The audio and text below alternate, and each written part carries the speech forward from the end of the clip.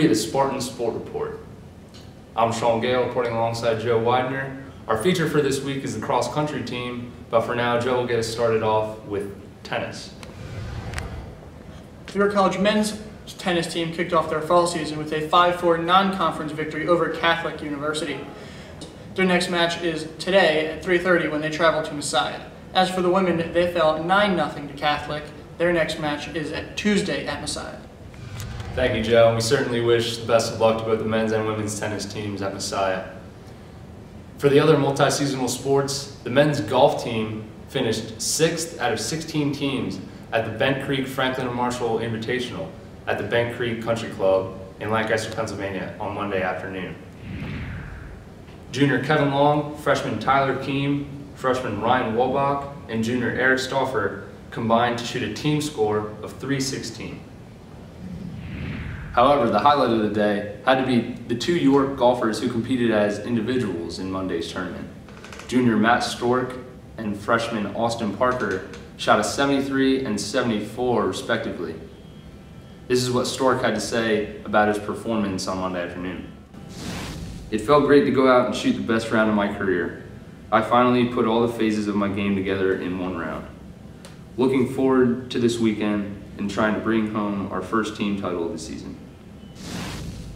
Both Stork and Parker will be in the starting lineup as the golf team competes in the Penn State Harrisburg Invitational. The 2-day tournament is slated to begin at 12 noon on Friday. Now I'll send it back over to Joe. He's got your men's soccer update. Thank you, Sean. The men's soccer team posted a 3-0 week, starting off on Saturday, September 15th with a 4-1 victory over conference foe Wesley. On Monday, they traveled to Lycoming, where they won 2-1, with goals courtesy of Greg Bouchard and Taylor Brummett. Spartans returned home on Wednesday, where they faced Johns Hopkins University, where they claimed a 1-0 victory. It was a hard-fought physical match, with the only goal coming off an own goal from Kenny DiStefano in the 72nd minute. Jesse Dirksen again claimed the win to go to 3-1-1 on the season. Spartans return to action on Saturday when they travel to Newman College. Derek, over to you. Thanks, Joe. Last Thursday, September 13th, the Spartans traveled again to face another first-time opponent in Eastern Mennonite University. The green and white came out on fire offensively, scoring 3 unanswered goals in the first 11 minutes of play. Junior Maddie Wilt and freshman Holly Martin both had a pair of goals, as the Spartans defeated the Royals 4-2. Now let's take a look at some of those goals from last Thursday's game. Already with 1 goal in the day, Maddie Wilt tacks on another as she redirects this shot by Katie Petrillo on the penalty corner to give York the 2-0 lead. Still in the first half of play, York extends the lead after a shot by Sandy Wright slips past the goalie and finds the stick of Holly Martin, who finishes the play by scoring her first career goal for the green and white. Moving to this past Tuesday, September 18th, the Spartans traveled to Shenandoah University, where they picked up their 3rd straight road victory against a school from the Old Dominion Athletic Conference.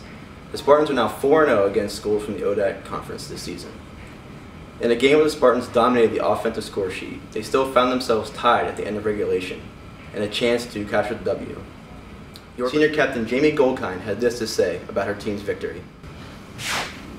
"We came out fired up and ready to play on both ends of the field. We were able to really channel our intensity and support one another, especially when we had our backs against the wall like we did tonight. A win like this is just the kind of boost we need heading into conference play and facing a tough opponent in Mary Washington."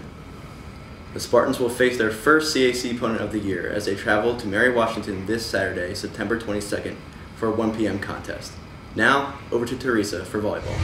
Thanks, Derek. This week, the Green and White took on Wesley in a CAC conference match. In a much-needed victory, the Spartans won the first 3 sets. In the first game, it was a tough match with a 23-25 win. But in the 3rd game, they won the first. They started off with a 10-3 lead and kept it going. Their next match is in Elizabethtown at the Blue Jays Classic. Now to Kyle with women's soccer. Thanks, Teresa. The women's soccer team took on St. Mary's this past Saturday for their first CAC game of the season. It resulted in a tie 0-0 through 2 overtimes, but Kayla Kowalski placed one in the back of the net early in the game in the 28th minute. It was just tragically called back due to an offsides call. Melanie Glessner held the charge against the Seahawks with 3 saves in the game. Earlier this week, Penn State Harrisburg came to York, which resulted in a 3-0 win for for the green and white. Goals by Elizabeth Bunn, Jamie Sokolis, and Jenna Arneser paced the Spartans, Jenna Arneser's goal being the first of the season. Next game is against CAC foe Marymount here at home on Saturday with a 1 p.m. start. Now I'll send it back to Teresa for the feature of the show this week with cross country. Back to you, Teresa. Thanks, Kyle. The cross-country team had an outstanding meet this weekend at the Oxane Classic.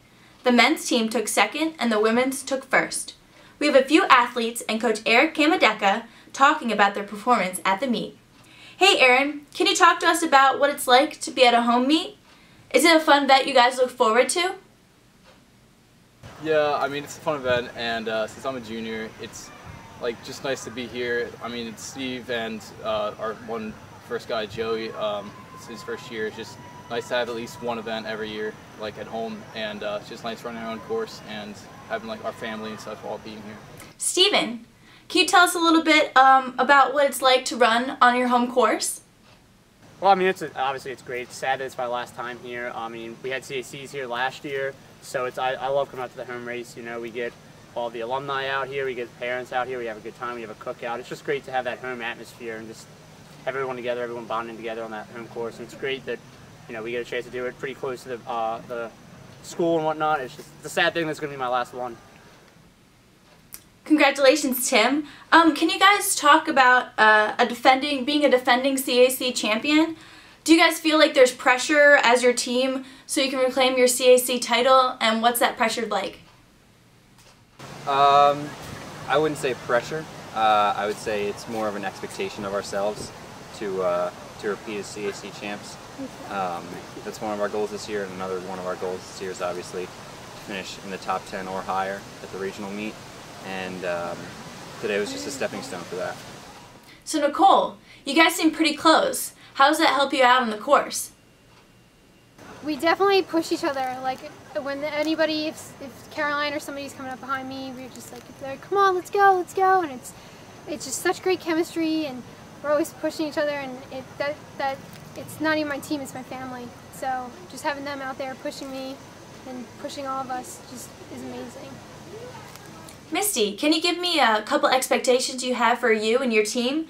You guys are really running well. Are you where you want to be? I definitely think we're right where we need to be for this year. We did good last year, but we're going to be amazing this year. We've come back even stronger since, and our team's so much more together. Our top 5 has really closed that gap and been working together really well this year.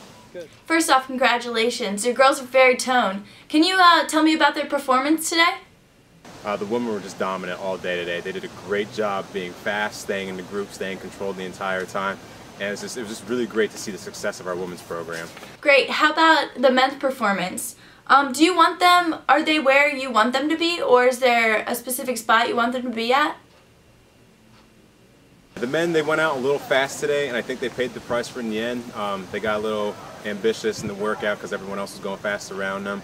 But overall, they still did what we want them to accomplish, to run together as a pack, going as fast as they can.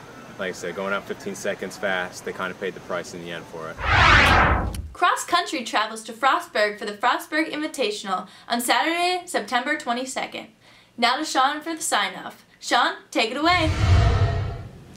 All right, well that's all we have for you for week 3 of the Spartan Sport Report. Hope you guys enjoyed the show. For Joe Widener, I'm Sean Gale. Hope you guys have a great weekend.